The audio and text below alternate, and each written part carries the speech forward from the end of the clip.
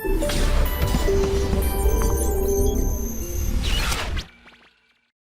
बच्चों, कैसे हैं सब लोग। उम्मीद करता हूं स्वस्थ और मस्ती होंगे। मैं नीरज शर्मा आ गया हूं आज आपके लिए एक शानदार जबरदस्त जिंदाबाद चैप्टर लेके। नाम है इसका रियल नंबर्स। नंबर सिस्टम जो भी हमारे सिलेबस में आता है बच्चों 10th क्लास तक, उसमें रियल नंबर्स से आगे मतलब कुछ रह नहीं जाता। रियल नंबर ऐसा टॉपिक है, सब कवर हो जाएंगे आपके नंबर से रिलेटेड इसके अंदर, ठीक है। मगर उससे पहले आज की सबसे मस्त एक ज्ञान की बात सुनो। ज्ञान की बात यह है बच्चों कि मंजिल मिले न मिले ये तो मुकद्दर की बात है। कि मंजिल मिले न मिले ये तो मुकद्दर की बात है, हम कोशिश भी ना करें ये गलत बात है।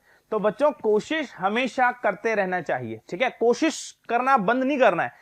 जिस दिन आपने कोशिश करना ट्राई करना बंद कर दिया ना किसी चीज के लिए, तो फिर आपकी लाइफ मतलब रुक गई, यूं मान लो आप। अगर आपको, जैसे मैं इस बात को अपने सब्जेक्ट से जोड़ूं, तो हमेशा मैथ्स में क्या होता है, बहुत सारे बच्चों को डाउट आते हैं। ज्यादातर बच्चों को मैथ्स में ही डाउट रहते हैं, ठीक है, मैथ्स में ही दिक्कत आती है। तो आपको कोशिश करना नहीं छोड़ना चाहिए। इसलिए मैंने आज इसी बात से हमारी क्लास शुरू की है कि हम मंजिल मिले न मिले ये तो मुकद्दर की बात है, हम कोशिश भी ना करें ये गलत बात है। तो बच्चों कोशिश तो हमेशा करनी है। कोई चीज आपको समझ में नहीं आई, एक बार में नहीं आएगी, 2 बार में नहीं आएगी, 3 बार में नहीं आएगी, अरे कभी तो आएगी यार। ऐसा तो कुछ है ही नहीं कि हमारे बात समझ में आएगी नहीं, है ना। अगर वो चीज हमारे सिलेबस में है तो मतलब वो हमारे लायक है, हमें समझ में आनी चाहिए। नहीं आती है तो टीचर से पूछो, है ना। तो कोशिश करना कभी भी नहीं छोड़ना है। क्या मेरी बात समझ में आ गई आपको? आ गई ना, बहुत अच्छी बात है। चलो अब हम आते हैं हमारे रियल नंबर्स के ऊपर। तो बच्चों रियल नंबर जो चैप्टर है, आपने अभी तक, आप मान लो फर्स्ट स्टैंडर्ड से लेकर आप 10th में आ गए, ठीक है। जो भी आपने नंबर से रिलेटेड पढ़ा होगा वो सब रियल नंबर्स के अंदर आ जाएगा, सब कुछ। हालांकि इमेजिनरी भी होता है पर वहां उसकी बात हम यहां नहीं कर रहे हैं अभी, ठीक है।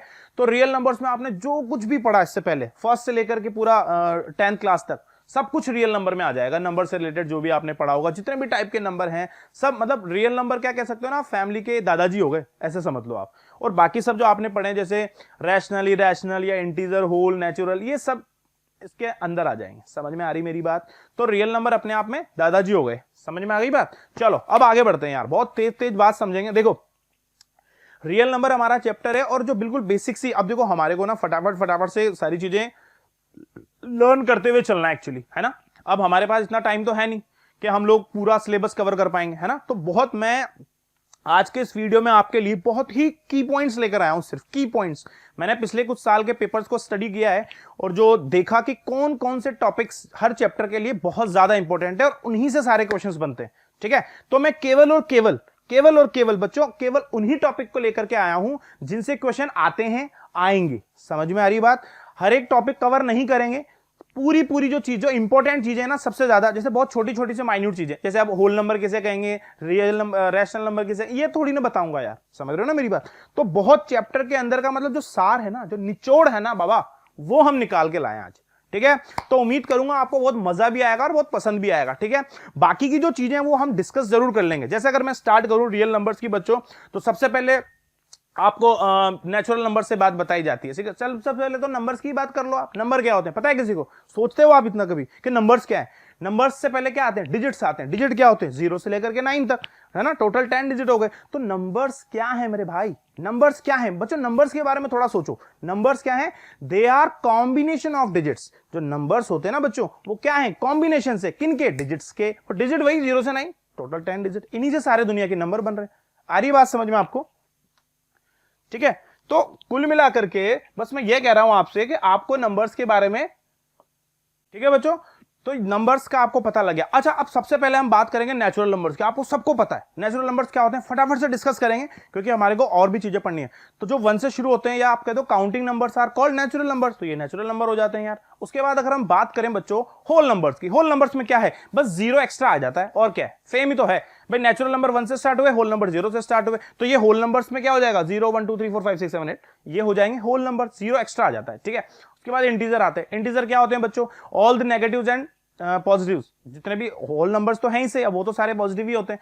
तो all the negatives of whole numbers, है ना, ऐसे कह दो, whole numbers and their negatives, तो ये इंटीजर हो जाएंगे। मतलब रटना नहीं है कुल मिला के, मैं ये कहना चाह रहा हूं। आपको क्या करना है बच्चों? लैंग्वेज को अपने अकॉर्डिंग बनाना है। समझ में आ रही मेरी बात? आ रही है कि नहीं आ रही बाबा? ठीक है। तो आपको क्या करना है, जो भी डेफिनेशन है ना उसको रटना नहीं होता है बच्चों, समझना होता है ताकि आप खुद से बना सको। ठीक है, तो ये हो गए इंटीजर। उसके बाद आपने रैशनल भी पढ़े, रैशनल में क्या था, रैशनल में था भाई number P by Q form में होना चाहिए, पहली बात। दूसरी बात कि पी और क्यू दोनों के दोनों इंटीजर होने चाहिए, ये दूसरी बात। और थर्ड क्या था कि Q is not equal to 0। ये तीन प्रॉपर्टीज फॉलो होंगी। अगर कोई नंबर ये तीनों प्रॉपर्टीज को फॉलो कर रहा है तो मतलब वो रैशनल नंबर है, अदरवाइज नहीं है। इरेशनल में क्या था कि ये सब नहीं होना चाहिए, तो वो इरेशनल हो जाएगा। बहुत इजी सी बातें आपने 9th क्लास में समझ ली होगी ये तो, ठीक है। उसके अलावा इनके टर्मिनल डेसिमल एक्सपेंशन के बारे में भी आपने सुना होगा, terminating, non terminating, repeating, non repeating, ये सब बातें आप पढ़ करके आए हो सारी की सारी, ठीक है। अब हम 10th क्लास में सबसे मेन जो है सीधा सीधा यूक्लिड डिवीजन लेमा, ठीक है। लेमा क्या है बच्चों, तो लेमा की बात मैं आपको बता दूं पहले, ठीक है। जैसे अगर मैं लेमा की बात बताऊं आपको, लेमा क्या होता है, सबसे पहले तो लेमा क्या होता है, लेमा के बारे में ही बात सुन लो। They are already proven statements, they are proven statement, इनको प्रूव करने की जरूरत नहीं पड़ती और इनको यूज किया जाता है अदर स्टेटमेंट्स को प्रूव करने के लिए। समझ में आ गई बात, तो ये होता है लेमा। अब सबसे पहले हमारे आता है यूक्लिड्स का डिवीजन लेमा, आपने सबने पढ़ रखा है, कुछ भी नहीं है। यूक्लिड डिवीजन लेमा एक सिंपल सा, बस आपको डिवीजन परफॉर्म करना आता है ना यार, बस वही है, और क्या, कुछ भी अलग नहीं है यूक्लिड में। समझ में आ रही मेरी बात, बस आपको क्या ध्यान रखना है वो मैं बताता हूं। आपको पता है यूक्लिड डिवीजन लेमा क्या कहता है, ये देखो मैंने यहां पर बताया हुआ है। For any given positive integer a and b there exist a unique whole number q and r such that a is equal to bq plus r।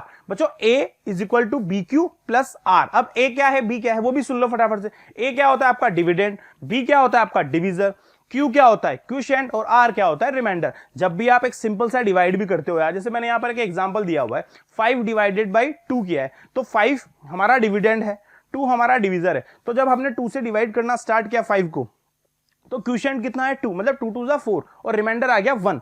तो बस सिंपल सा क्या हो गया, देखो अब हमारे को अगर इसको a is equal to B Q plus R के फॉर्म में डालना है तो क्या करेंगे यार, बहुत इजी है ये तो।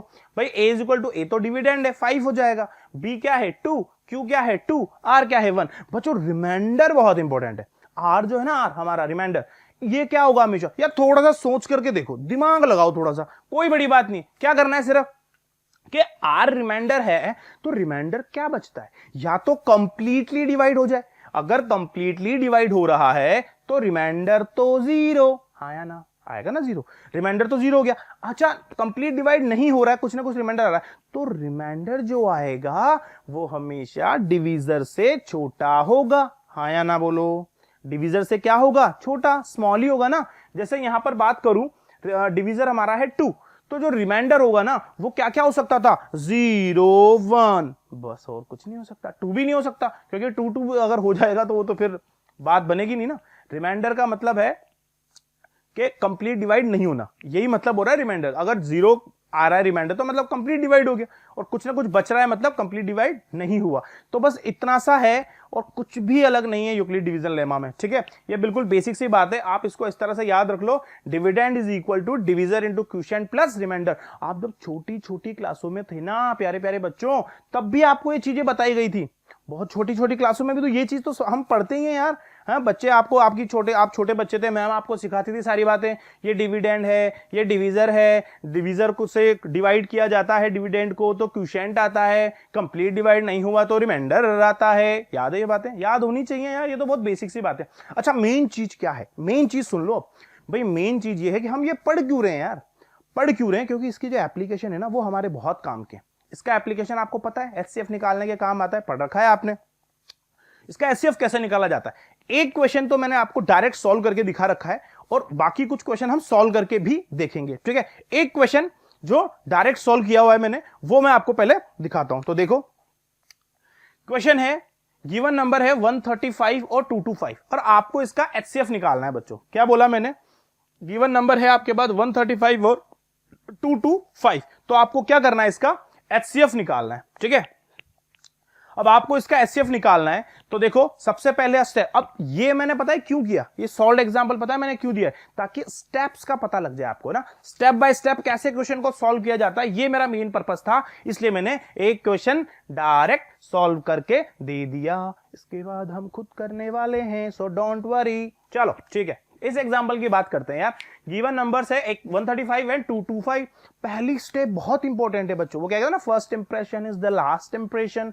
तो पहली स्टेप को बहुत ध्यान से समझो। पहला क्या है, सबसे पहले आपको यहां पर दोनों नंबर्स को कंपेयर करना है और पता लगाना है कि which one is greater which one is smaller. तो जो ग्रेटर होगा वो पहले हमारा डिविडेंड बनेगा और जो स्मॉलर होगा वो हमारा डिविजर बनेगा। ठीक है, पता लग गई, इतनी सी बात, इजी है, बहुत ज्यादा। ठीक है, so we will divide greater number by smaller number, यही मैंने आपको बोल दिया पहले। ठीक है, अब डिवाइड करेंगे 135 से 225 को।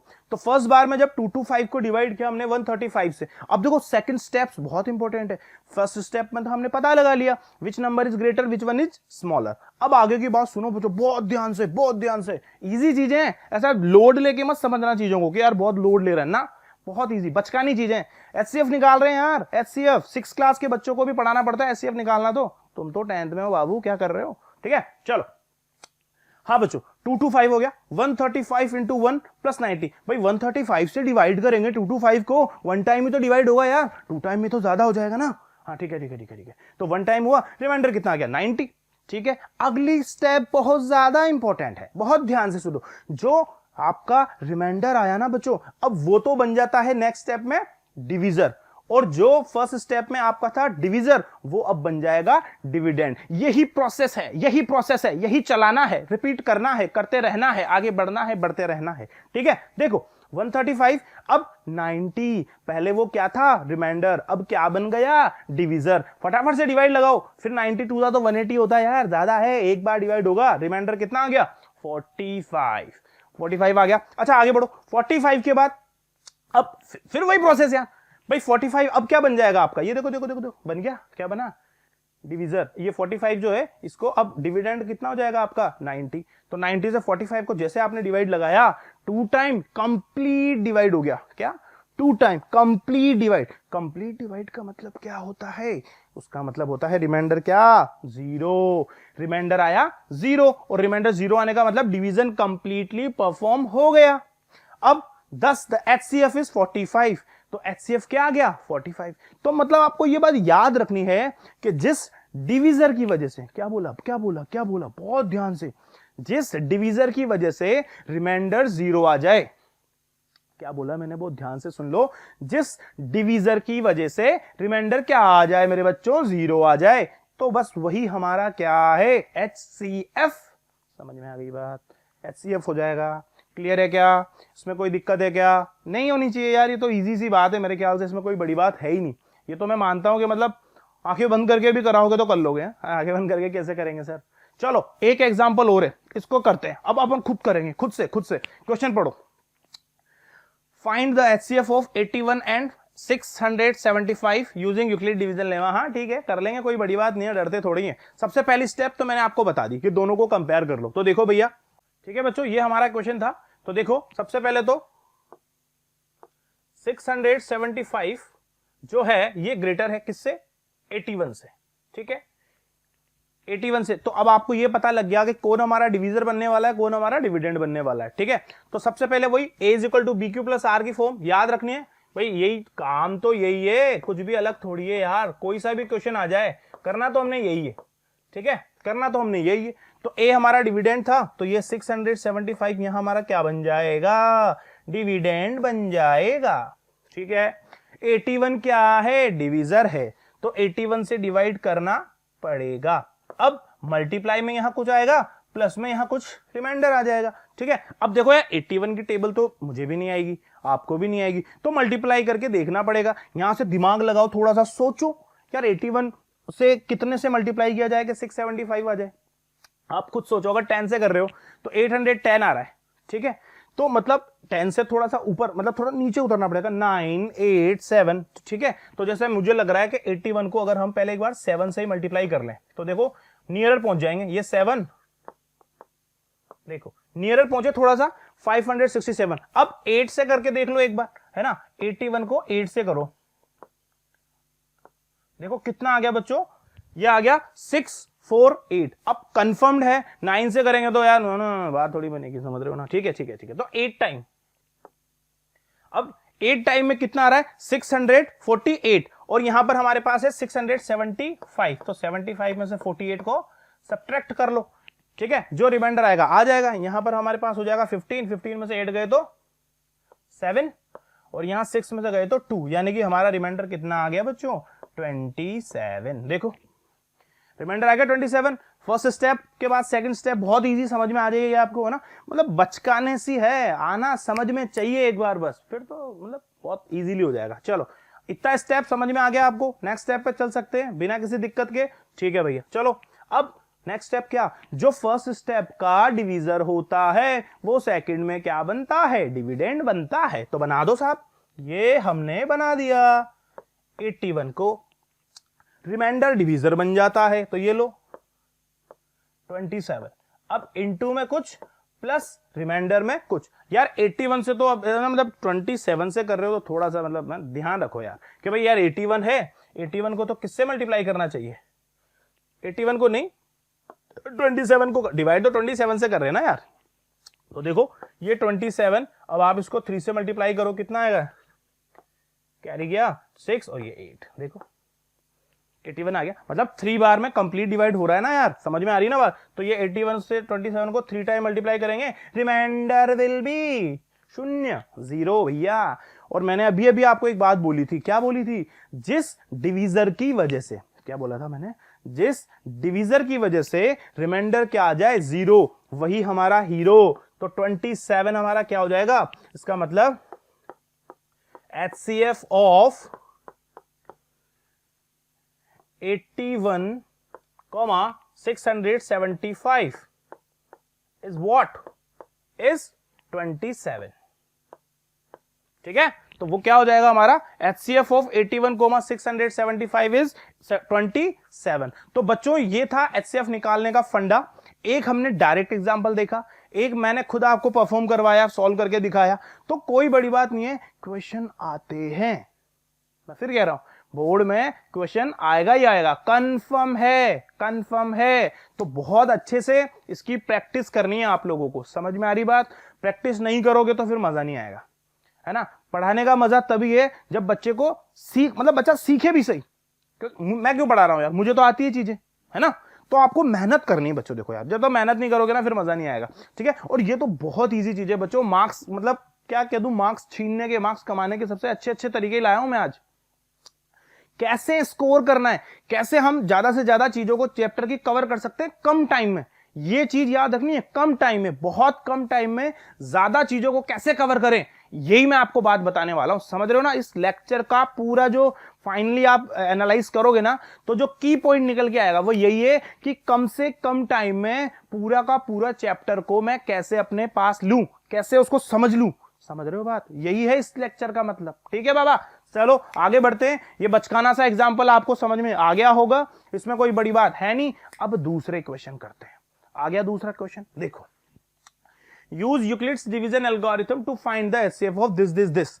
ठीक है, इनके एचसीएफ फाइंड करने को बोला गया है। 1 2 3 ये क्वेश्चन है। ठीक है, मैं इसमें सारे नहीं करूंगा, कुछ आपके लिए छोड़ूंगा। ठीक है, चलो स्टार्ट करते हैं। जैसे फर्स्ट क्वेश्चन की बात करो, सेकंड की बात करो, थर्ड की बात करो, कोई सा भी एक क्वेश्चन ले लो। मैं आपको फर्स्ट क्वेश्चन ही लेकर बताऊं तो चलो, फर्स्ट नहीं, फर्स्ट तो शायद हमने पहले देख लिया है, वो सॉल्व एग्जांपल शायद यही हो सकता है। चलो हम ना थर्ड एग्जांपल की बात करते हैं। ठीक है, देखो थर्ड एग्जांपल की बात करते हैं। 867 और 255। ठीक है, 867 और 255, 867 और 255। ठीक है, ये है हमारा क्वेश्चन और हमें इसका फाइंड करना है एचसीएफ। ठीक है, अब तरीका आपको पता लग गया है यार, है ना, तरीका तो आपको पता लग गया है। ये आपका क्वेश्चन मान लो आप, ये लो, है ना। तो एचसीएफ आपको फाइंड करना है 867 और 255 का। क्या मेरी बात समझ आ रही है क्या? अरे आएगी यार, इतना बढ़िया से तो समझाने की कोशिश कर रहा हूं ना, आनी चाहिए आनी चाहिए आनी चाहिए, बिल्कुल बिल्कुल बिल्कुल। चलो चलो चलो चलो आगे बढ़ते हैं। सबसे पहला काम क्या होता है, दोनों में से ग्रेटर स्मॉलर का पता लगा लो। तो यार दिख रहा है इतना तो मतलब छोटी क्लास का बच्चा भी बता रहा है आजकल कि कौन सा नंबर ग्रेटर है कौन सा स्मॉलर है ना। तो 867 जो है बच्चों वो ऑब्वियसली बड़ा है। तो हमारे को याद है, हमारा बाबा यूक्लिड जी ने क्या कही है बात कि a is equal to B Q plus R, यही तो हम पढ़ रहे हैं। तो यहां पर a हमारा डिविडेंड जो बड़ा नंबर है, तो बड़ा नंबर कौन सा है, 867, 867। ठीक है, 255 हमारा डिवीजर है। अब यहां पर कुछ क्वोशिएंट आने वाला है और कुछ यहां पर रिमाइंडर आने वाला है, सही बात है ना। तो दिमाग लगाओ भैया, 255 है, लगभग 250 मान लो, ये 867 है। दिमाग से सोचो कितने टाइम मल्टीप्लाई करना पड़ेगा, तो करते हैं मल्टीप्लाई। देखो ये 255 है ना, आप एक बार जरा इसे 4 से करके देखो, पहले 4 से करो तो आइडिया लग जाएगा, ठीक है। चलो करते हैं मल्टीप्लाई। 4 जा 20, 2 क्या आएगा कैरी, फिर 20 और 2 22, और फिर ये 2, फिर 4 2 जा 8 और 2 10। देखो 4 टाइम में कितना हो गया, ज्यादा हो गया। तो 3 टाइम भी एक बार करके देख लो फटाफट से ही करना है, कार्यक्रम तो सब फटाफट ही चलेंगे बच्चों अपने। ये 15, ये 1 कैरी, ये 15 1 16, 1 कैरी, 3 2 जा 6 और ये 7। देखो जरा कितना आ गया, 765। यानी कि ये तो कंफर्म हुआ कि डिवीजन परफॉर्म कितनी बार किया जाएगा, 3 टाइम्स किया जाएगा, मजा भी आएगा, आएगा ही सही, क्यों नहीं आएगा, ठीक है। अब 867 और हमारा जो क्या आया है भैया कि 765, फटाफट से निकाल लो जो भी आ रहा है। तो देखो 2 0 और 1, तो क्या आया 102, 102 आ गया। समझ में आया कि नहीं आया, आ गया होगा यार, इजी बातें, कोई ऐसी भारी बात तो मैंने अभी तक एक ही नहीं बताई आपको, बताया क्या, बताऊंगा भी नहीं, चिंता मत करो, सारी चीजें बहुत इजी हैं, बहुत अच्छे से समझेंगे, सब आ जाएगा बहुत जल्दी से। चलो चलो चलो चलो आगे बढ़ो, क्या कह रहा है, हाँ इतना हो गया। अब आपको पता ही है जो फर्स्ट स्टेप का डिविजर होता है वो डिविडेंड बनता है, जो रिमाइंडर होता है वो डिविजर बनता है, ठीक है ना। चलो तो अब नेक्स्ट 255 डिवाइड होगा 102 से, फिर कुछ क्वोशिएंट आ जाएगा, कुछ रिमाइंडर आ जाएगा, ठीक है। अब 102 से आप 255 को डिवाइड लगाओ, तो देखो 2 टाइम भी करोगे तो आपको कितना मिलेगा, 204 है ना, डबल करोगे तो 204 हो जाएगा, जो कि सही है क्योंकि 3 टाइम में तो 300 हो जाएगा, तो वो तो पॉसिबल है नहीं बच्चों, है ना। तो ये 2 टाइम ही जाएगा, यानी कि अब हमारे को रिमाइंडर निकालना है। तो आप देखो 255 में से आप सब्ट्रैक्ट कर लो यार, 2 2 जा 4, 0 और 2 को, तो ये बचेगा 1 और ये बचेगा 5, तो 51, ये रिमाइंडर आ गया आपके पास 51। इसे थोड़ा सा रब करके साफ, चलिए ये हो गया क्लियर हमारे पास। अब आगे बढ़ते हैं इस क्वेश्चन को लेकर के थोड़ा सा, ठीक है। यहां तक आपको क्लियरली समझ में आ गई होगी सारी गणित, ठीक है बच्चों। अब नेक्स्ट स्टेप फिर वही 51 से डिवाइड लगाएंगे, किसमें, 102 में, तो लगा दो यार, ये हमारा 102 डिविडेंड 51 जो अब हमारा क्या बन जाएगा, डिवीजर। अच्छा अब 51 का डबल करोगे कितना आएगा, 102 आएगा। तो देखो 51 से 102 कितने टाइम, 2 टाइम्स, तो ये 2 टाइम्स 51 डबल किया, एग्जैक्टली कितना आ गया, 102, एग्जैक्टली आ गया भैया। तो ये रिमाइंडर कितना है, 0। आया क्या समझ में, आई क्या मेरी बात, आएगी। चलो 51 का डबल किया, 102 आ गया, रिमाइंडर कितना आ गया, 0। तो 0 आते ही इस बात क्लिक होनी चाहिए क्या, कि जिस डिवीजर की वजह से रिमाइंडर 0 आया है वही तो मेरा क्या है, HCF। समझ में आ गई बात। तो HCF पता लग गया, HCF किसका, 867,255 का कितना आ जाएगा बच्चों, ये 51। हाईएस्ट कॉमन फैक्टर है ना, हाईएस्ट जो होता है एक्चुअल में वो निकलता है लोवेस्ट है, एलसीएम लोवेस्ट जो होता है वो निकलता है हाईएस्ट है ना। सोचते होंगे ना तुम लोग ऐसे कि ये कैसे होता है, चलो बढ़िया। तो ये आपका एग्जांपल था और मेरे ख्याल से आपको ये अच्छे से समझ भी आ गया होगा। क्लियर है मेरी बात, क्या इतना समझ में आ गया, क्लियर है बात। कोई बड़ी बात अभी तक तो मेरे ख्याल से कुछ हुई नहीं है, इतनी कोई बड़ी बात अभी तक तो हमने कोई डिस्कस की नहीं, ठीक है। सिंपल से एलसीएम और एचसीएफ की बातें कर रहे हैं हम, ठीक है। ये क्वेश्चन आपको पहला सोल्ड एग्जांपल था उसमें मिल ही गया। ये वाला जो क्वेश्चन है ये मैंने अभी आपके लिए सॉल्व कर दिया। एक क्वेश्चन बचता है 196 एंड 38220, इसे भी आपको सॉल्व करना रहेगा, ठीक है।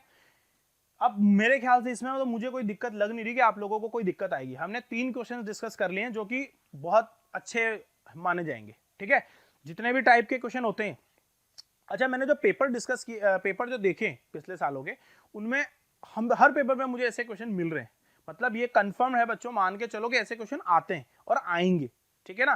तो आपको कुछ छोड़ना नहीं है, मैं फिर बता दूं बच्चों, यहां हम केवल और केवल बहुत कम टाइम में ज्यादा से ज्यादा सिलेबस को कवर करेंगे, लेकिन सिलेबस केवल वो पार्ट रहेंगे, वो टॉपिक्स रहेंगे उस चैप्टर के जिन पे क्वेश्चन आते ही हैं। समझ में? कोई एक्स्ट्रा चीज ऐसी मैं बताऊंगा ही नहीं, लोड लेना ही नहीं हमारे को। बहुत मतलब आप मानो कि बस बहुत कम टाइम में ज्यादा चीजों को हमें पकड़ना है। ठीक है, चलो तो ये चीज मेरे ख्याल से यूक्लिड डिवीजन लेमा अब कवर मानी जाएगी, इसमें आपको कोई दिक्कत आनी नहीं चाहिए। क्लियर है बात? आगे बढ़ते हैं।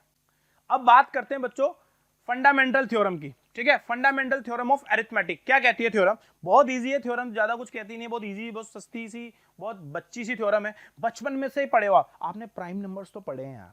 प्राइम नंबर्स तो मेरे ख्याल से 6th क्लास से ही पढ़ लेते हो, शायद 5th से भी पढ़ते हो। हाँ, तो प्राइम नंबर्स अगर आप जानते हैं ना, तो मतलब फंडामेंटल थ्योरम को आप जानते हैं। चलो प्राइम नंबर की बात करो पहले। प्राइम नंबर क्या होते हैं? The numbers which are divisible by 1 and itself only. ऐसे नंबर जो 1 से और खुद से ही डिवाइड होते हैं, यानी कि उनके सिर्फ और सिर्फ 2 फैक्टर होते हैं, एक तो 1 और एक नंबर इटसेल्फ। ये 2 फैक्टर जिनके होते हैं वो सबके सब क्या हैं? प्राइम हैं। समझ में आ रही है क्या बात? और इनके अलावा जिनके 3 या मोर देन 3 फैक्टर है वो सब कॉम्पोजिट है, उनकी बात हम नहीं कर रहे हैं।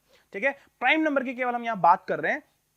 प्राइम नंबर क्या होता है? अच्छा, आपने क्या बचपन में प्राइम फैक्टराइजेशन नहीं पढ़ा क्या? बिल्कुल पढ़ा है यार, पढ़ा ही होगा। बिना फैक्टराइजेशन पढ़े कैसे आ जाओगे 10th में, है ना? तो वो भी पढ़ा है। तो फंडामेंटल थ्योरम तो कुछ कहती ही नहीं है, बहुत इजी सी बचपन की बात, मतलब लोरी सुनाती है, तुम ऐसा समझ लो लोरी बचपन की बात याद दिलाती। क्या कहती है? Every composite number can be expressed as a product of prime and sorry and this factorization is unique apart from the order in which the prime factors occurs। इसका मतलब ये है मेरे राजा बाबू कि अगर आपके पास कोई कंपोजिट नंबर है, लेट्स सपोज कोई कंपोजिट नंबर है, उसका जब आप फैक्टराइजेशन करने लगोगे, प्राइम की बात कर रहा हूं, prime prime prime prime factorization की बात कर रहा हूं, तो उसका जो आप प्राइम फैक्टराइजेशन करोगे ना, वो एक यूनिक होगा। यूनिक का मतलब होगा कि आप क्या, जैसे लेट्स सपोज मैं आपको एग्जांपल 100 की बात करूं, 100 को आप जब प्राइम फैक्टराइजेशन करने जाओगे तो सबसे पहले चाहे तो आप 2 से भी कर सकते हो, चाहे तो आप 5 से भी कर सकते हो। स्टार्टिंग तो कैसे भी कर सकते हो ना, लेकिन उसमें 2 से कितनी बार डिवाइड होगा या 5 से कितनी बार डिवाइड होगा, ये तो फिक्स ही रहने वाला है। आप भले 2 से स्टार्ट करो, चाहे आप 5 से स्टार्ट करो, क्योंकि इसमें यहां पर एक टर्म देखो आप, क्या है?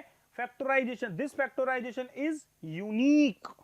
यूनिक वर्ड का इस्तेमाल हुआ है बच्चों, मतलब वो सेम रहने वाला है। मतलब आप उसको कैसे भी डिवाइड करना स्टार्ट कर दो, डजंट मैटर, लेकिन उसमें कितनी बार 2 से डिवीजन होगा, कितनी बार 5 से डिवीजन होगा, कितनी बार, ये सब फिक्स रहने वाला है। ऑर्डर भले आप चेंज कर दो, उससे कोई फर्क नहीं पड़ेगा। पहले आप 3 से डिवाइड लगा दो, फिर 2 से लगा दो, और बाद में 5 से लगा दो, या पहले 5 फिर 3 फिर 2, वो कोई दिक्कत वाली बात नहीं है, लेकिन वो सब यूनिक होंगे, है ना? समझ में आ रही है मेरी बात? तो फंडामेंटल थ्योरम क्या कहती है हमसे? Every composite number can be expressed as a product of primes and this factorization is unique apart from the order in which the prime factors occur। मतलब ऑर्डर का कोई इतना लोड नहीं है। ठीक है बच्चों, समझ में आ रही है क्या मेरी बात? आएगी सही, क्यों नहीं आएगी? आगे, any numbers of the form a to the power n will end with the digit 0 if prime factors of n would contain 5 and 2 as a prime factor where n belongs to n। ये भी आपको बताई जाएगी, क्या बात है ना? इस सारी बात को हम एक एग्जाम्पल के थ्रू समझते हैं और अच्छे से आपको क्लियर हो जाएगी। ठीक है, ये एक ट्री बना रखा है मैंने यहाँ पर, आप इसको ऐसे समझ लो, प्राइम फैक्टराइजेशन ट्री। ठीक है, इसकी हेल्प से समझो। देखो, जब आप 13915 में 5 से डिवाइड लगाओगे, अब ये देखो प्राइम फैक्टराइजेशन तो आपको आता है ना, मैं वो आपको बताऊंगा नहीं, बचपन की बात है ये तो, आपको सबको पता है। प्राइम फैक्टराइजेशन पहले 2 से करते थे, फिर 3 से करते थे, फिर 3 से होना बंद हो जाएगी तो अगला, जब तक किसी एक कॉमन फैक्टर से डिवाइड होते जा रहे हैं, जैसे 2 से जब तक हो रहा है करते जाओ, 3 से जब तक होता जा रहा है करते जाओ, 5 से जब तक होता जा रहा है करते जाओ, यही तो प्रोसेस है। तो बस यहाँ भी यही है। तो देखो, इसको पहले 5 से किया, फिर 11, फिर 11 और फिर लास्ट में 23। तो कुल मिला के प्राइम फैक्टराइजेशन हुआ क्या? 5, 11, 11 और लास्ट में 23 हो गया। सबको मल्टीप्लाई करके देखो, 5 एज इट इज, 11 की पावर 2 क्या हुआ इंटू 23। तो क्या मेरी बात समझ में आ रही है आपको? मेरी बात समझ में आनी चाहिए आपको। देखो, इसको आप ऐसे समझते कि पहले 5 से नहीं, मैं तो, मेरा मन था कि मैं तो इसे 11 से डिवाइड करता। ठीक है, तो आप 11 से भी कर सकते थे, 2 बार 11 से तब भी होना ही था, कंफर्म है। मतलब मैं बस आपको ये बताना चाहता हूं कि ये ऑर्डर जो है ना बच्चों, ये भले ही चेंज हो जाए, मतलब आप, ऐसा हो सकता था भले कि पहले आपने ना, जैसे देखो मैं क्या कहना चाह रहा हूं, उस बात पे जरा सा ध्यान दो। मैं ये कहना चाह रहा हूं मेरे प्यारे प्यारे छोटे छोटे बच्चों कि आप चाहते तो पहले ना इसको 23 से डिवाइड करते। लेट्स सपोज ये मैंने पहले 23 से किया था, 23 से करने के बाद आप डायरेक्ट 11 से भी कर सकते थे, फिर एक और बार 11 से हो जाता और फिर 5 से। समझ में आ रही बात? लेकिन ऑर्डर बदल जाता है, इससे कोई फर्क पड़ने वाला था नहीं। ठीक है, ये तो यूनिक ही रहने वाला है। देखो अभी भी इसमें वही 23 वन टाइम आएगा, 11 टू टाइम आएगा और 5 वन टाइम आएगा। यही बात मैं आपको बताना चाह रहा हूं। क्या मेरी बात समझ आ रही है? आएगी तो सही, क्यों नहीं आएगी, बिल्कुल आएगी। ठीक है, तो ये मैंने आपको इस एग्जांपल के थ्रू ये बताया कि प्राइम फैक्टराइजेशन यूनिक ही निकलेगा हर कॉम्पोजिट नंबर का। ठीक है, आप किसी भी कॉम्पोजिट नंबर को प्राइम फैक्टर्स में ब्रेक कर सकते हो और वो जो प्राइम फैक्टराइजेशन के से फैक्टर निकलेंगे वो यूनिक होंगे, उनके ऑर्डर का लोड नहीं लेना है। देखो ये कुछ क्वेश्चंस हैं, express each number as a product of its prime factor. अब यार ये बच्चे से क्वेश्चन है पर आने चाहिए आपको, है ना, आने तो चाहिए ना। जैसे मैं आपको कोई भी एक क्वेश्चन करवाने के लिए यहाँ पर सोचूं तो जैसे मैंने माना 3825 को ले लिया। ठीक है, 3825, तो हम इसका करते हैं 3825 का, है ना। देखो प्राइम फैक्टराइजेशन करो, सबसे पहले वही बचपन की बातें आपको याद है। आप कुछ आपके दिमाग में जो भी आए ना आप तो उससे कर लो, कोई फर्क नहीं पड़ने वाला, किसी से भी करो, लेकिन ऑर्डर का मैंने कहा लोड लेना ही नहीं है, कैसे भी कर सकते हो। जैसे अभी यहाँ पर है 3825, अब अगर आप सबसे पहले 2 से करोगे तो ये 2 से तो हो नहीं रहा, है ना, ऑड नंबर है, लास्ट डिजिट 5 है तो फॉर श्योर उससे डिवाइड होगा नहीं। अब नेक्स्ट नंबर पे भाई हमारा रूल क्या था, 3 पे आओ, 3 की डिविजिबिलिटी का रूल क्या होता है। देखो अब डिविजिबिलिटी टेस्ट जो आपको बचपन में पढ़ाए जाते हैं ना वो ऐसे काम आते हैं। अब आपको फटाफट से चेक करना है कि ये 3 से डिवाइड होता है कि नहीं होता, तो क्या करोगे, डिजिट्स को सम कर लो और देखो 3 से डिवाइड हो रहा है कि नहीं हो रहा। डिजिट का सम किया, जैसे 3 और 8 11, 11 और 2 करोगे 13, 13 और 5 करोगे 18, हो रहा है, मतलब 3 से डिवाइड हो जाएगा। देखो कितना जल्दी मैंने पता लगा लिया, है ना। तो आपको भी ऐसे ही करना रहता है बच्चों। ये 3, तो सबसे पहले हम 3 से डिवाइड लगा रहे हैं। ठीक है, 3 से 3 में डिवाइड लगेगा 1 टाइम, फिर 8 में लगेगा 2 टाइम में 6, 2 रिमाइंडर 22, 7 टाइम में 21 और फिर 5 बार। देखो समझ में आई बात? फिर से देखो 3 से डिवाइड लगा रहे हैं, फिर से 12 में जाएगा 4 3 12, फिर इसमें जाएगा 2 टाइम में और इसमें जाएगा फिर से 5 टाइम में। ठीक है, फिर से चेक करो कि जा रहा है क्या, तो देखो 4 2 6 और 5 11 हो रहा है। इस बार 3 से डिवाइड नहीं होगा। कैसे पता लगाया भाई, जिनका जो सम है वो 3 से डिवाइड होता है तो 3 से डिवाइड पूरा नंबर होगा, अदरवाइज नहीं। तो देखो 4 2 5 जो है इसका सम 3 से डिवाइड नहीं होता है। ठीक है, चलो अभी हम ना 5 से डिवाइड करेंगे। देखो 4 से मत कर देना, 4 थोड़ी ना प्राइम नंबर है यार, है ना, मतलब इतना तो रखो, है, मतलब समझ रहे हो बात। चलो 42, 8 टाइम में आएगा 40, रिमाइंडर 2 25, यानी कि 5 टाइम 85 हो गया। आ रहा है क्या समझ में भैया?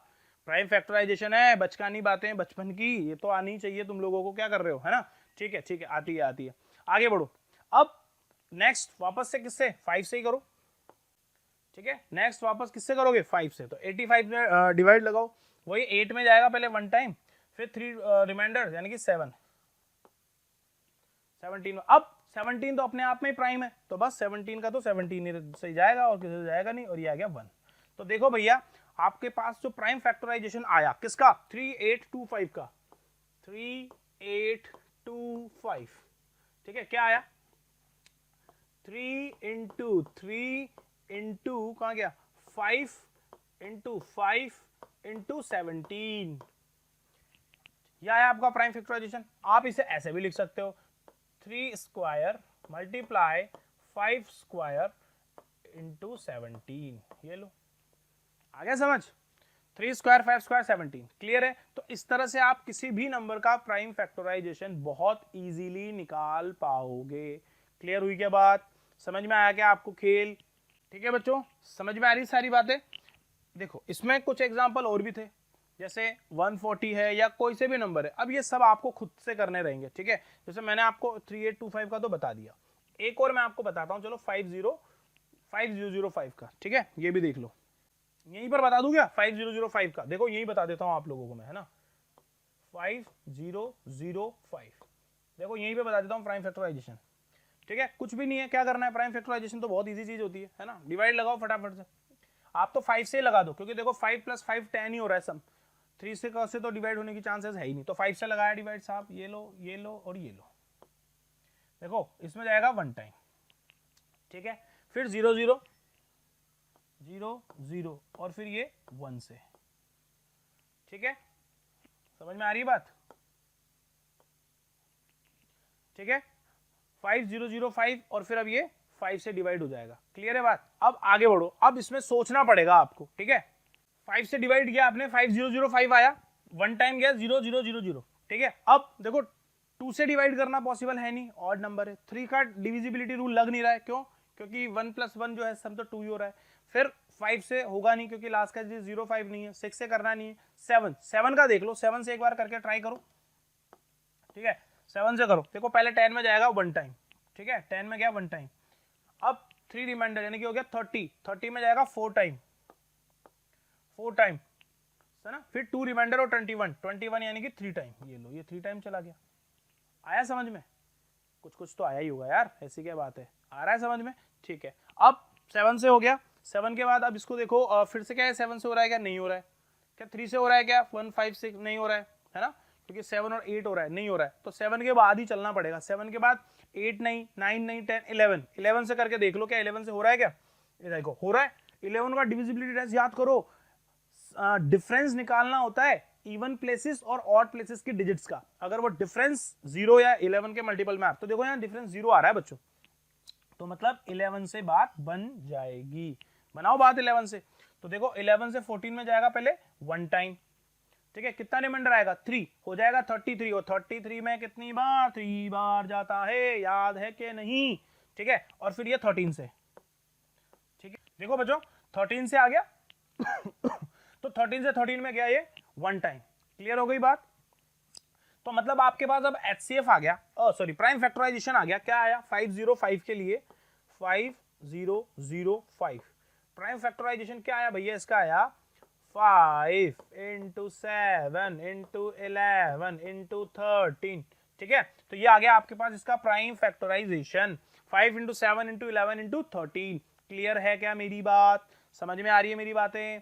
ठीक है, तो इस तरह से आपको प्राइम फैक्टराइजेशन निकालने हैं। बहुत बच्ची जैसी चीजें हैं यार। ठीक है, आगे बढ़ते हैं, कुछ नेक्स्ट बातें करते हैं। देखो ये कुछ थ्योरम्स हमारे पास है जो हमारे को पता होनी चाहिए। ठीक है, मैंने फिर बोला मैं केवल की पॉइंट्स इस चैप्टर के आपके लिए लेकर आया हूं, तो ये स्टेटमेंट्स हमारे को याद होने चाहिए क्योंकि काम आते हैं। ठीक है, फर्स्ट क्या है? Let x be a rational number whose decimal expansion terminates. याद रखो टर्मिनेट्स की बात कर रहा है।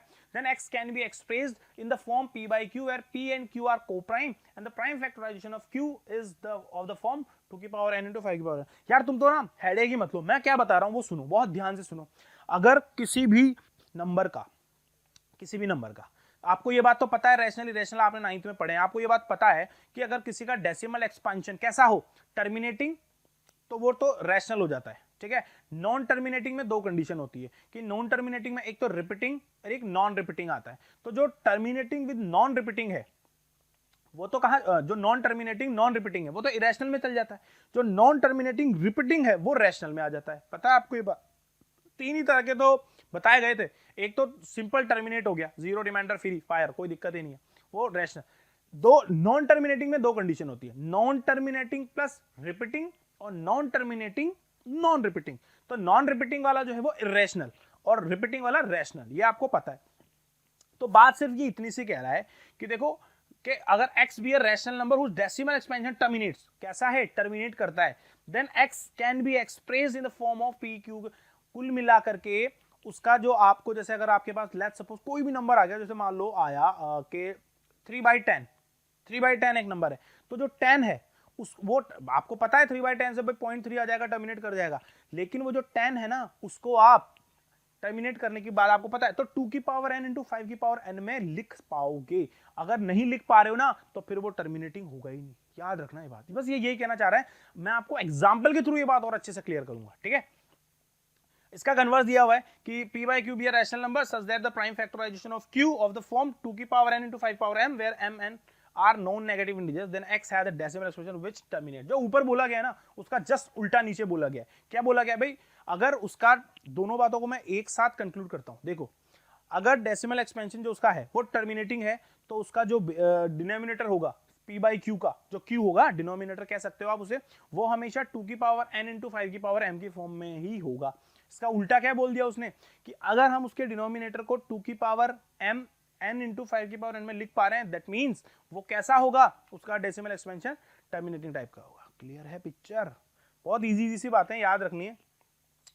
नीचे भी वही बात बोली गई है कि let x p by q be a rational number such that the prime factorization of q is not of the form 2 की power n into 5 की power m where mn are non-negative integers, then x has a decimal expansion which is non-terminating repeating। मतलब non terminating होगा, फिर वो terminating नहीं होगा। ठीक है, कुछ HCF के लिए ये बच्चों बहुत इंपॉर्टेंट चीजें हैं। ये जो फॉर्मुलाज मैंने यहाँ पर मेंशन किए हुए ना, ये आपको पता होने चाहिए भाई। ये इन पे भी क्वेश्चन आते हैं, ना। HCF of P into Q, HCF of P into Q, HCF और LCM का जो प्रोडक्ट होता है, जो इनका मल्टीपल होता है, HCF इंटू LCM, वही इक्वल होता है दोनों नंबर्स के। तो P और Q, लेट्स सपोज कोई दो नंबर है हमारे पास, तो HCF of PQ into LCM of PQ जो होगा ना, वो इक्वल होगा किसके? P इंटू Q के, यानी कि दोनों के दोनों नंबर्स के इक्वल हो जाएगा। तो HCF into LCM is equal to product of both number. ठीक है, समझ में आ जाएगी बात, ऐसे याद रखो। ठीक है, 3 नंबर की बात हो रही होगी तो थोड़ा सा चेंज हो जाता है मामला। 3 नंबर के में क्या होगा? HCF LCM है वो नॉट इक्वल टू PQR। ठीक है, ये सारी बातें यहाँ पर मेंशन की हुई है। अब इसके ऊपर कुछ क्वेश्चंस देख लो। हमारे को गिवन है HCF 306, 657 और 9, मतलब दो डिफरेंट नंबर्स हैं, एक तो 306 है और एक 657 है। तो HCF कितना दिया बच्चों? 9। और पूछा गया है कि 306 और 657 का क्या बताओ LCM। तो बता सकते हो, फॉर्मूला है, सीधा सीधा लगाओ, कोई बड़ी बात इसमें है नहीं मेरे ख्याल से। तो क्या करोगे, देखो दिमाग लगाओ। मैंने अभी तो एक फॉर्मूला बताया आपको कि भाई HCF multiplied by LCM is equal to P into Q। ठीक है, अब चलो अभी तो मैं P into Q ही लिख देता हूं। हमारे पास हमारे जो दोनों नंबर हैं वो P into Q ही मान लो अभी तो फिलहाल। अब नंबर्स हमारे पास है 306 और 657, दो नंबर हैं। LCM तो HCF तो उसने खुद ही दिया है, तो बस कुछ भी नहीं है यार, LCM निकालना है।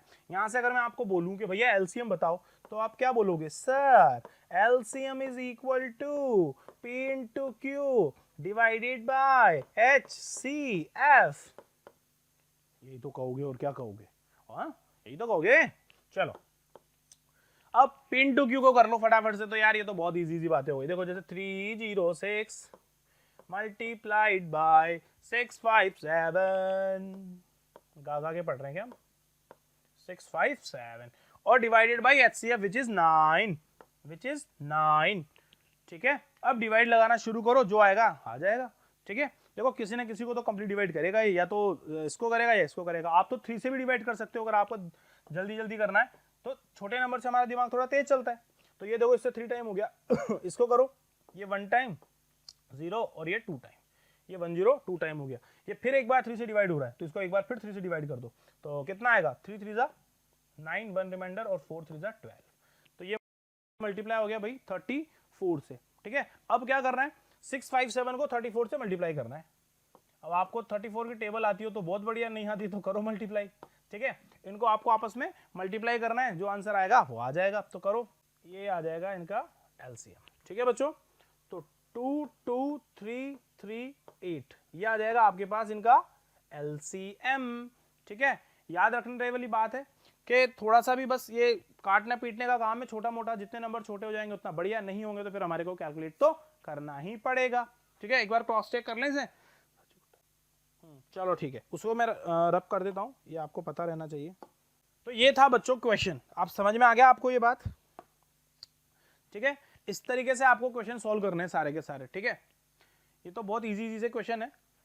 मैं आपको, हाँ एक चीज मैं आपको और बता रहा था, टर्मिनेटिंग रीजन। जैसे आपने मैं आपको एक क्वेश्चन जो दे रहा था वो ये था, ये आपने वैसे 9th में पढ़ लिया होगा कि जैसे मैं यहाँ लिखा हुआ है 3/100 लिखा हुआ है बच्चों। क्या लिखा हुआ है? 3/100 लिखा हुआ है। ठीक है, अब 2 की अभी हमने थ्योरम्स में क्या पढ़ा था? 2 की पावर n इंटू 5 की पावर m में। तो मैं आपको बस वही बात दोबारा से एक बार रिपीट कराना चाह रहा हूँ। आप ना 100 के फैक्टर्स करो एक बार, देखो 100 के फैक्टर्स करके रखो। पहले इसे 2 से डिवाइड करोगे आप, कितना आएगा बच्चों? 50। फिर 2 से डिवाइड करोगे, कितना आएगा बच्चों? 25। फिर 5 से करोगे तो 5, और 5 से 5 में 1 टाइम। ठीक है, यही होता है। अच्छा, आप जब 3 को डिवाइड करने जाओगे 100 से तो कितना आएगा? ये भी कंफर्म है हमारे पास कि 0.0 और 3 यही आएगा भाई। 2 जीरो है तो 2 डिजिट छोड़ करके डेसिमल आ जाएगा, तो 0.03 पे जाकर के ये टर्मिनेट हो जाएगा। ठीक है, भाई इसका मतलब क्या है, टर्मिनेटिंग टाइप ही तो दिख रहा है आप लोगों को। तो मैं बस यही बात बताना चाह रहा था आपको कि दोनों चीजें, फर्स्ट में हमने जो बात पढ़ी थी, सेकंड में हमने उसका कन्वर्स ही तो देखा था ना, तो बस वो यही बात यहां पर मैं आपको बताना चाह रहा हूं एक्चुअली, ठीक है। तो देखो इसको क्या लिख सकते हो आप, जो 100 है इसको आपने क्या लिखा, 2 की पावर 2 इंटू 5 की पावर भी 2, तो देखो लिख सकते हैं ना, ये वही तो बात हो गई, 2 की पावर n इंटू 5 की पावर m, ठीक है, समझ में आ गई बात। तो बस मैं वही बोलना चाह रहा हूं कि देखो ये टर्मिनेटिंग टाइप अगर हुआ तो इसका जो p बाई क्यू में जो डिनोमिनेटर होता है वो 2 की पावर n इंटू 5 की पावर m में होगा, या फिर अगर उसका डिनोमिनेटर इस फॉर्म में है तो वो टर्मिनेटिंग टाइप हो जाएगा। समझ में आ गई बात, इजी है ना, देखो कोई बड़ी बात नहीं ना, लोड लेना ही नहीं है किसी चीज का बच्चों हमारे को, ठीक है, किसी भी चीज का लोड तो है ही नहीं हमारे पास, बहुत इजी इजी सारी बातें हैं और बहुत इजी इजी सारे क्वेश्चंस हैं, ठीक है। और देखो और बताता हूं, देखिएगा बच्चों एक और एग्जांपल देखते हैं हम, जैसे अभी 2 की पावर n इंटू 5 की पावर n की बात हमने करी, अब एक एग्जांपल जरा और देखो, जैसे मैंने ले लिया लेट्स सपोज 150 की बात कर रहा हूं मैं, है ना, जैसे अगर कभी आपको कोई नंबर ऐसा मिल जाए सॉरी,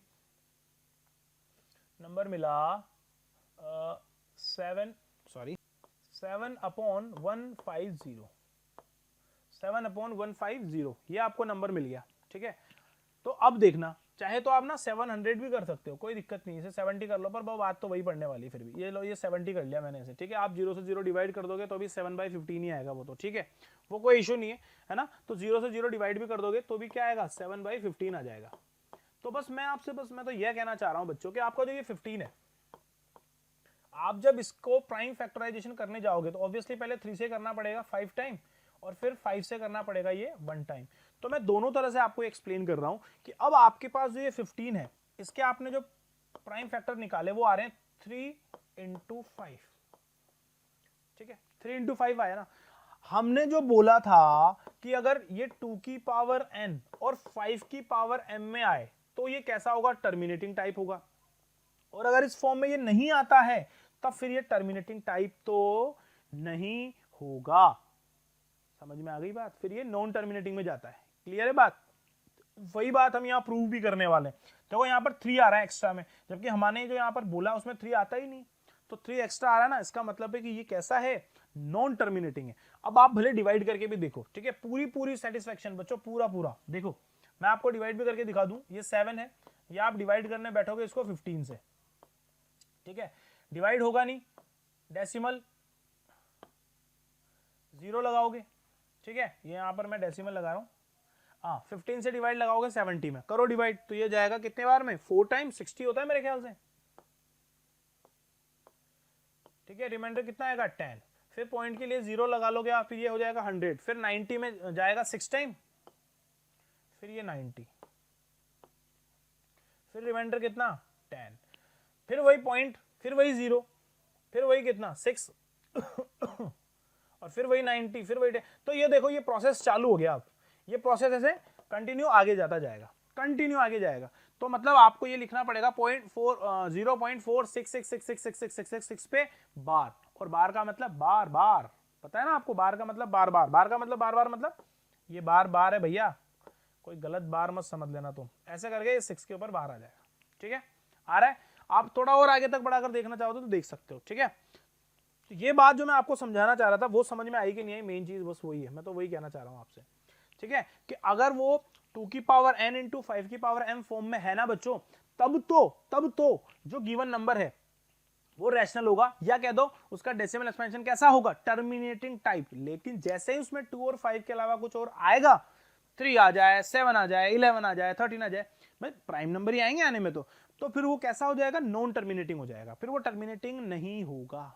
क्या इतना समझ में आ गया आपको, इतना समझ में आ गया तो फिर ओके है मामला, कोई दिक्कत वाली बात अब है नहीं, ठीक है। आगे बढ़ते हैं बच्चों बच्चों बच्चों बच्चों बच्चों बच्चों, एक बात बहुत ध्यान से, ये मैं चाह रहा था इसको कोई टॉपिक वॉपिक बनाओ, पर फिर मैंने ये सोचा कि कोई मतलब नहीं है, कोई मतलब नहीं है, आपको कोई एक पर्टिकुलर क्वेश्चन तो ऐसा मतलब बिल्कुल क्या बताऊं मैं आपको, मेथड की तरह लर्न करना है, ये आप ऐसा मान लो, उसको पूरी स्टेप बाय स्टेप आपके दिमाग में फिट रहना चाहिए कि यार मुझे क्या करना है ना। ये क्वेश्चन मैंने यहाँ पर पूरा का पूरा सॉल्व इसलिए दिया है ताकि आपको पूरा याद रहे, क्या बोल रहा हूं मैं, पूरा का पूरा आपको ये याद रहना चाहिए कि किस तरह से हम इसको प्रूव करेंगे। मैं यहाँ पर √2, √3, √5 किसी भी नंबर को ला दूं, प्रोसेस सेम ही रहने वाला है, ठीक है। तो एक पर्टिकुलर क्वेश्चन, और बच्चों मैं आपको बता दूं ऐसे क्वेश्चन जरूर जरूर पूछे जाते हैं, ठीक है, जरूर पूछे जाते हैं। तो बहुत ध्यान से, बहुत आराम से इस चीज को आपको समझना है और आपको सारी स्टेप्स ना फिट करने अपने दिमाग में।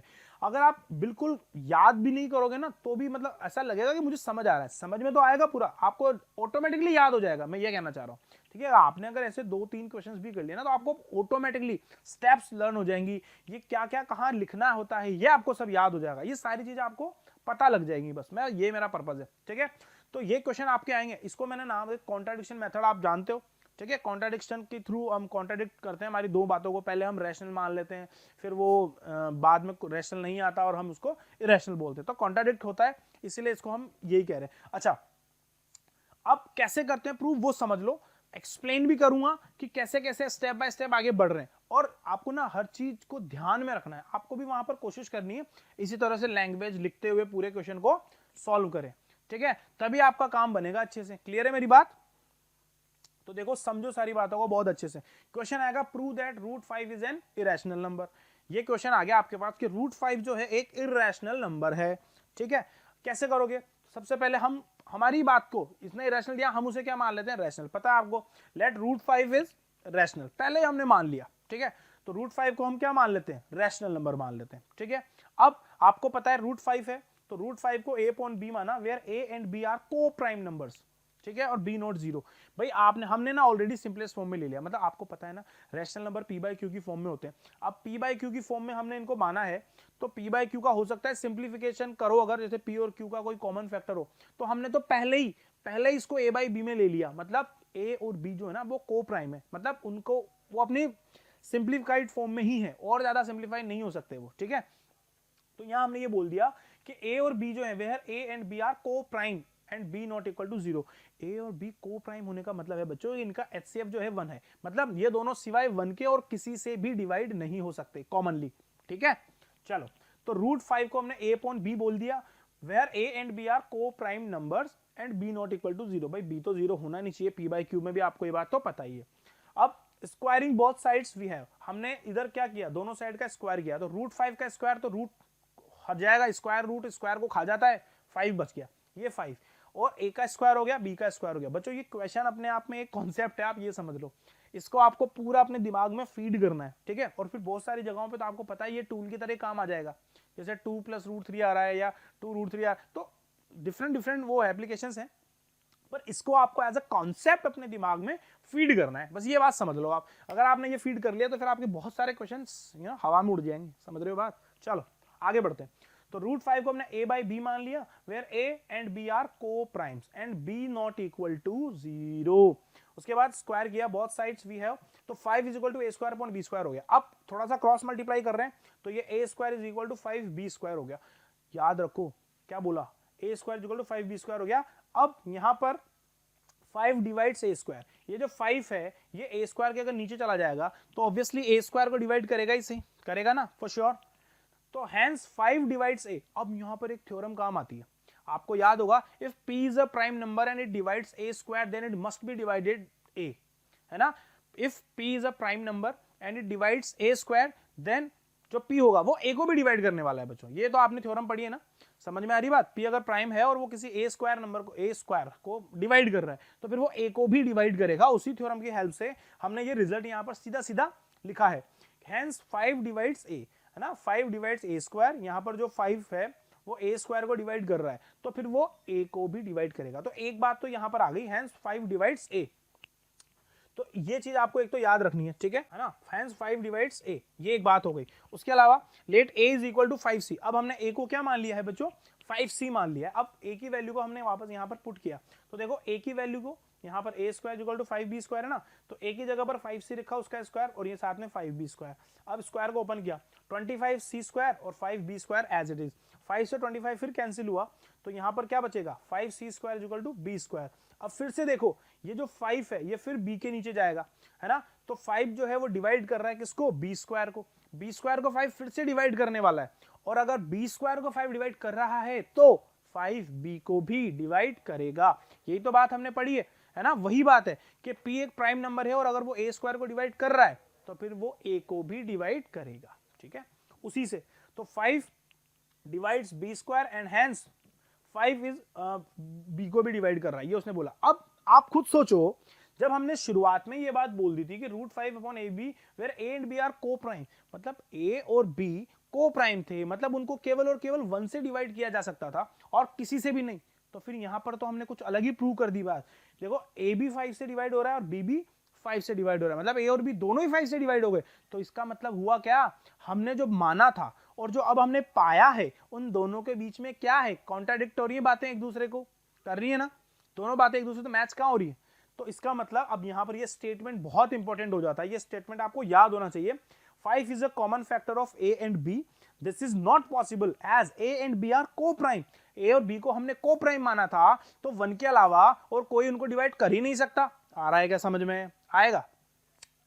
r जो हमने उसको सुपोजिशन माना इज रॉन्ग, ठीक है, तो हमने जो सपोज किया था वो गलत किया है ना, तो हमने सपोज जो किया था वो गलत किया था, या जो हमने माना था लेट करके वो गलत था।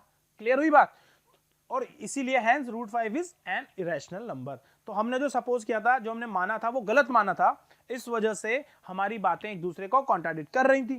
क्लियर हुई क्या बात, ये बस आपको आना चाहिए। तो अगर बच्चों आपने इस मेथड को आप एज ए कॉन्सेप्ट लर्न रख लोगे ना, तो ज्यादा बेस्ट मानता हूं मैं तो। ठीक है, आपको स्टेप बाय स्टेप पूरा पता होना चाहिए, क्योंकि ये फिर बहुत सारी जगह पे काम आता है। ठीक है, तो सारी जगहों पे ये काम आएगा, इसको आपको अच्छे से आपके दिमाग में फिट करना है। कुछ भी नहीं होता इसके क्वेश्चंस में, इसके क्वेश्चंस में कुछ भी नहीं होता, ऐसे बहुत सारे क्वेश्चंस आपको मिल जाएंगे इस टाइप के, लेकिन उनमें कॉन्सेप्ट यही है सब में। ठीक है, ये चीज √5 को कैसे करते हैं ये आपको पता रहना चाहिए, बाकी तो सारे क्वेश्चन सिमिलर है ना। अब बहुत सारे क्वेश्चंस को हम यहाँ पर इतनी कम देर में तो देखो कवर नहीं कर सकते।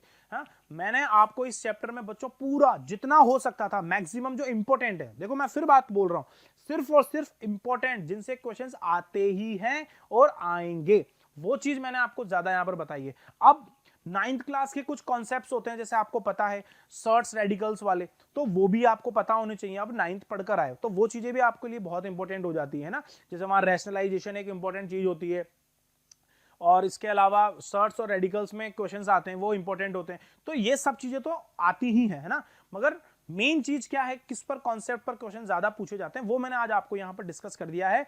तो बच्चों बस ध्यान रखो, आपको अगर कम टाइम में ज्यादा चीज को कवर करना है तो आप इसको वीडियो को बहुत अच्छे से देखना, एक एक क्वेश्चन को, एक एक कॉन्सेप्ट को, क्योंकि मेन चीज जो है ना वो कॉन्सेप्ट ही है। ठीक है, और प्रैक्टिस जितनी अच्छी हो जाएगी उतना बेस्ट है यार, फिर तो कोई रोक नहीं सकता आपको। क्रैश कोर्स का मतलब क्या है, बस एक बार मतलब रिवीजन है बहुत कम टाइम में। ठीक है, तो बस उम्मीद करूंगा बच्चों कि आज आपको ये क्लास जरूर से समझ में आएगी। ठीक है, समझ में आ रही मेरी बात, जो हमने पढ़ाया वो आपको जरूर जरूर समझ में आने वाला है। बस जो मैंने बातें बोली हैं उनका आपको ध्यान रखना है, उसके बाद आपका चैप्टर से कुछ नहीं बचने वाला है। ठीक है, सारी इंपॉर्टेंट चीजें जो थी वो हमने कवर करने की कोशिश की है। क्लियर हो रही है मेरी बात, अब आपको बस तैयार होना है प्रैक्टिस के लिए, जितनी अच्छी आप प्रैक्टिस कर पाओगे वो बेस्ट है। ठीक है, तो चलिए, उम्मीद करूंगा आज आपको ये क्लास पसंद आई होगी, मजा आया होगा। हम इसी तरह से फन के साथ हमारी सारी क्लासेस करेंगे और बहुत ज्यादा फोकस करेंगे उन चीजों पर जो इंपॉर्टेंट है। ठीक है, मैं वो बीच बीच में आपको सारी बातें बताता रहता हूं कि कहां पर हमें ज्यादा ध्यान देना है। ठीक है, जहां पर मैं ज्यादा जोर डालूंगा समझ लो मतलब वो तो इंपॉर्टेंट कुछ ज्यादा ही है। ठीक है, चलिए फिर आज इसी के साथ हम क्लास को यहीं पर रोकते हैं, और नेक्स्ट वीडियो नेक्स्ट चैप्टर का होगा, बहुत ही मजे से बहुत ही दमखम से उसको भी पढ़ेंगे। ठीक है, चलिए तब तक के लिए thank you, tata bye bye.